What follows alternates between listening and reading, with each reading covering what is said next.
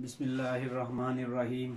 अस्सलामुअलैकुम dear students, आज हमने जेनेटिक्स वाले चैप्टर नंबर 15 का सेकंड लेक्चर को स्टार्ट करना है, जिसका टाइटल है chromosomes and gene. Chromosomes and genes. तो सबसे पहले बच्चा हमने क्रोमोसोम्स के बारे में देखना है कि क्रोमोसोम्स किसे कहते हैं। क्रोमोसोम्स जो दो चीजों में डिफरेंस आ सकता है, बोर्ड में डिफरेंशिएट कर सकता है, differentiate between chromosomes and chromatin. Chromosomes and chromatin. तो 9th क्लास में हम दोनों की डेफिनेशन देख के आ चुके हैं। क्रोमोसोम्स क्या हैं, क्रोमैटन क्या हैं। हाँ जी, हम लिख सकते हैं यहां पे during the non dividing phase of cell कि सेल के नॉन डिवीजन फेज के दौरान the heredity material looks like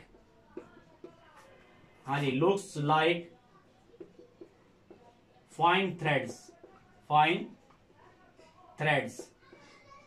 बारीक धागों की शक्ल में नजर आता है। कि जब सेल तकसीम नहीं हो रहा होता तो उस दौरान हमारे पास जो हेरिडिटी मटेरियल होता है, विरासती मादा होता है, यानी हमारे पास जो डीएनए वगैरह, वो लुक्स लाइक फाइन थ्रेड्स, बारीक धागों की शक्ल में नजर आता है, जिसको हम क्या बोलते हैं, क्रोमैटन बोलते हैं। जबकि जब सेल तकसीम हो रहा होता है, यानी हमारे पास सेल माइटोटिक फेज में होता है, तब हमारे पास जो क्रोमोसोम्स होते हैं या हमारे पास जो क्रोमैटन होता है, ये कंडेंस हो जाता है। ठीक है, कंडेंस होके विजिबल स्ट्रक्चर बना रहा होता है, जिसको हम क्या बोलते हैं, हम क्रोमोसोम बोलते हैं। तो कह सकते हैं during the divisional phase of cell के सेल की तकसीम के दौरान द हेरिडिटी मटेरियल, विरासती मादा,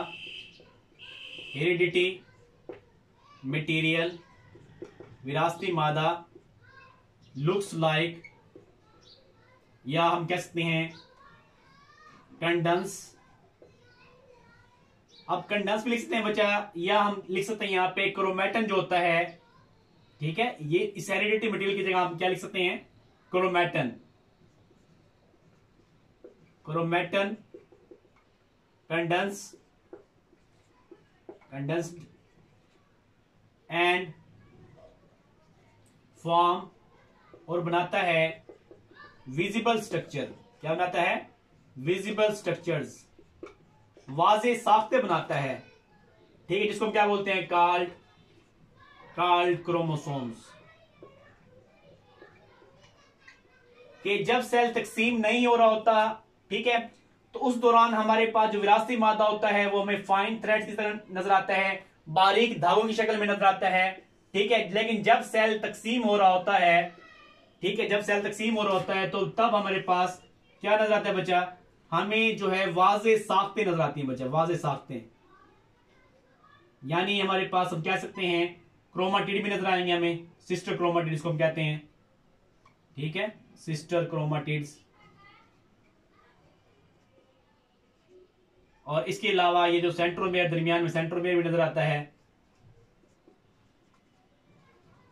जब सेल तकसीम हो रहा होता है उस दौरान हमें चीजें नजर आती हैं। जब सेल तकसीम नहीं हो रहा होता तो उस दौरान हमारे पास हमें सिर्फ धागे नजर आते हैं, लेकिन जब सेल तकसीम हो रहा होता है तब हमारे पास हमें वाजे जो है स्ट्रक्चर नजर आते हैं। तो इसी को हम बयान कर सकते हैं उर्दू में। हम इसको कैसे बयान करेंगे, उर्दू में भी ऐसे बयान कर सकते हैं कि जब सेल तकसीम नहीं हो रहा होता उस दौरान जो विरासती मादा होता है हमें बारीक धागों की शक्ल में नजर आता है, बारीक धागों की शक्ल में नजर आता है, जिसको हम क्या बोलते हैं, क्रोमैटन बोलते हैं। हाँ जी, क्रोमैटन। क्रोमाटिन जब सेल तकसीम नहीं हो रहा होता तो उस दौरान विरासती मादा बिल्कुल बारीक या बारीक धागों की शक्ल में नजर आता है, जिसको क्या बोलते हैं? क्रोमाटिन बोलते हैं। लेकिन जब सेल तकसीम हो रहा होता है, क्रोमोसोम जब सेल माइटोटिक फेज में होता है, यानी जब सेल तकसीम हो रहा होता है तो उस दौरान क्रोमेटिन बच्चा कुछ तब्दीलियां आ रही होती हैं साथ साथ, सेल डिवाइड होने के साथ साथ क्रोमेटिन जो है सुकड़ कर कंडेंस होकर वाजे साख्ते बनाता है, जिसको क्या बोलते हैं? जिसको क्रोमोसोम बोलते हैं। ठीक है, तो ये हमारे पास दो डेफिनेशन थी, क्रोमेटिन और क्रोमोसोम्स में क्या फर्क है। अब आपको पता है कि इंसानों में टोटल कितने क्रोमोसोम्स होते हैं? हाँ जी, 46 क्रोमोसोम्स होते हैं। और ये जो क्रोमोसोम्स होते हैं 23 के पेयर्स की शक्ल में होते हैं, 23 पेयर्स यानी 23 जोड़ों की शक्ल में होते हैं। अब हर जोड़े के जो क्रोमोसोम्स होते हैं उनको हम क्या बोलते हैं? होमोलोगस क्रोमोसोम्स कहते हैं। क्या बोलते हैं? Homologous chromosomes. ठीक है, टोटल हमारे पास जो है 46 क्रोमोसोम्स होते हैं इंसानों में, जिसमें, और वो किस शक्ल में होते हैं? जोड़ों की शक्ल में होते हैं। ठीक है, इन जोड़ों को हम क्या बोलते हैं बच्चा? अब इन जोड़ों का नाम अपने याद रखना है, इनको हम बोलते हैं होमोलोगस क्रोमोसोम्स। Homologous chromosomes. तो बात उसका ये डेफिनेशन आ जाती है कि होमोलोगस क्रोमोसोम किसे कहते हैं। तो हम यहां पे बयान कर सकते हैं कि सच टाइप ऑफ क्रोमोसोम्स, होमो कहते हैं सेम टू सेम, एक जैसे। ठीक है, होमोलोगस से मतलब क्या मुराद है?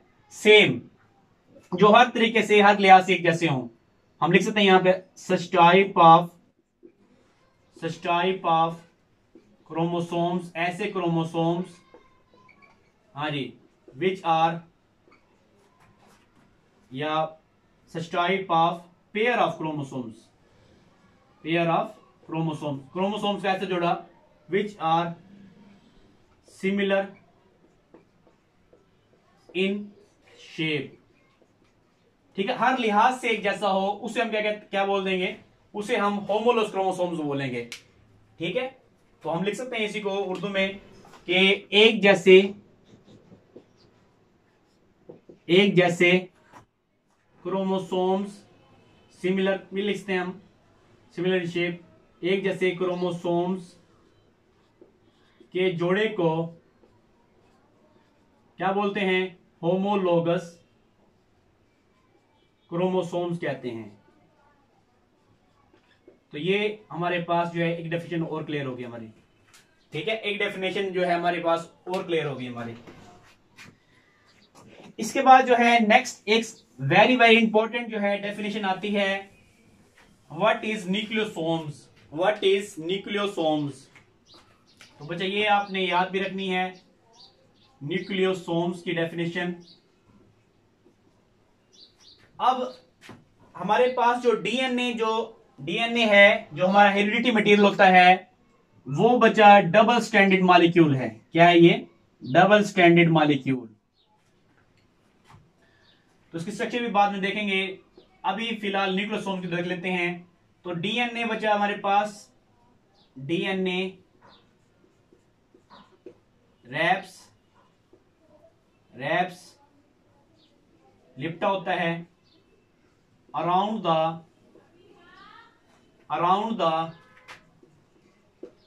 हिस्टोन प्रोटीन गिर्द लिपटा होता है एंड फॉर्म और बनाता है राउंड स्ट्रक्चर बनाता है, गोल साख बनाता है। ठीक है, जिसको हम क्या बोलते हैं बच्चा, इस कॉल्ड न्यूक्लियोसोम्स कहते हैं इसको। अब बच्चा ये जो क्रोमोसोम होता है हमारा, ये दो चीजों मिलकर बना होता है, एक प्रोटीन से दूसरा हमारे पास डीएनए से। अब प्रोटीन का नाम आपने याद रखना है, हिस्टोन प्रोटीन है ये। ठीक है, डीएनए और हिस्टोन प्रोटीन से मिलकर बना होता है हमारा जो क्रोमोसोम होता है, हिस्टोन प्रोटीन डीएनए।